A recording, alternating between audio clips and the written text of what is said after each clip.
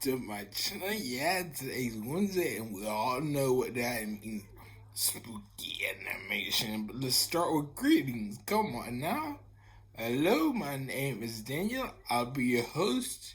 Guy in the chair. And today, since it's spooky animation, we're gonna be watching a true Halloween horror story. So let's get ready to enjoy. And of course, Juan C. Me and my friend, who I'll call Fred, decided that for Halloween last year we would explore an abandoned building. Now, me and Fred are teenagers. I'm 15 and Fred is 16, which might seem weird, but now we're older. We knew we were too old to go trick-or-treating, so our abandoned building idea was the best we could come up with. So we decided to do it that night and go around exploring it. So I packed up a backpack and grabbed a flashlight. When I got outside of my house, I saw Fred was holding a camera, and I asked him what it was for. He told me he wanted to take pictures and put them on Snapchat or Facebook. So, after an eye roll, we both walked off down the street, and I saw little kids in those dumb Halloween costumes holding their candy bags.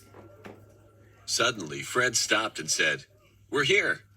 And I looked up at the building and realized it was a house. Actually, it was a 2-story house that looked like it had been painted red or some other dark color. Fred then smiled and started running so fast, I had to run to keep up with him. When we got to the front door, I pulled out my flashlight from my bag, ready to use it. Fred then grabbed the doorknob, and half of me was hoping the door was locked. But it swung open, making a loud squeaky noise. And then it stopped.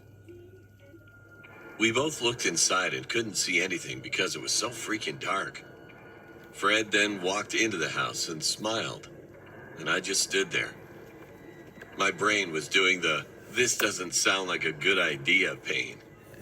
Fred then turned around and asked if I was a chicken, which for some reason made me so upset that I walked into the house. I told Fred he could check upstairs and that I would check downstairs, and he agreed. We split up and went our different ways, him going up the stairs and me staying down on the first floor. As I walked around, I noticed there was a bunch of old beer bottles and cigarette boxes. Seriously, it smelled horrible in the house. Then suddenly, I stopped when I saw a door shut, and I noticed that door had a fake bat hanging from it. I then nervously walked over to the door and grabbed the knob, twisting it. When it opened, I peeked into the room and saw a set of stairs. And then I realized this was the basement. I turned around thinking about running upstairs to where Fred was, but I didn't want him to call me chicken again. So I made sure my flashlight was still on, and then I took the stairs, carefully. When I got to the bottom of the stairs, I noticed a light switch. So I flipped it on, and a single light flooded the room. I turned around, my flashlight still on, and I screamed at what I saw. I felt the flashlight fall out of my hand and fall on the ground, probably breaking it, but I didn't care. Right in front of me was a body sitting in a chair, and I could tell it wasn't a fake one. I ran out of the room so fast I nearly tripped on the stairs. Then I ran into the main area. And then I heard heavy footsteps, and Fred came running down the stairs, yelling at me to get out of the house. He then shoved me hard, telling me to move, and we both ran out of the house and then down the street until we got to Fred's house and slammed the door shut. I asked him what happened as he walked into the kitchen, and then he took his hand off his arm, showing a good-sized cut on it. I was shocked, and I asked him what happened. And then he told me. He said he walked into a room upstairs, looking around, and was jumped by a man who was probably hiding somewhere in the room. He managed to stab Fred in the arm before Fred got to me and told me to leave. I sighed softly, and then decided to tell him my part of the story. After hearing it, he said we should call the police, and we did. A few hours later, they called us back, telling us the body in the basement was real. But they couldn't find that guy Fred saw.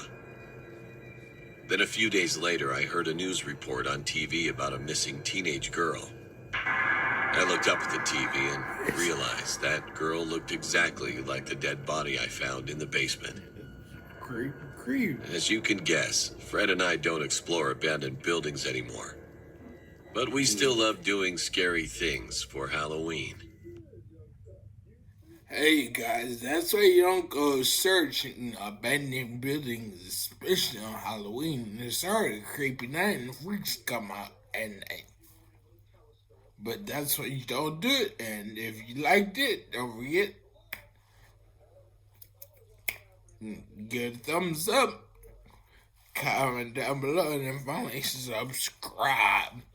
And hit the notification bell to be notified every time I post a new video and share. Bye.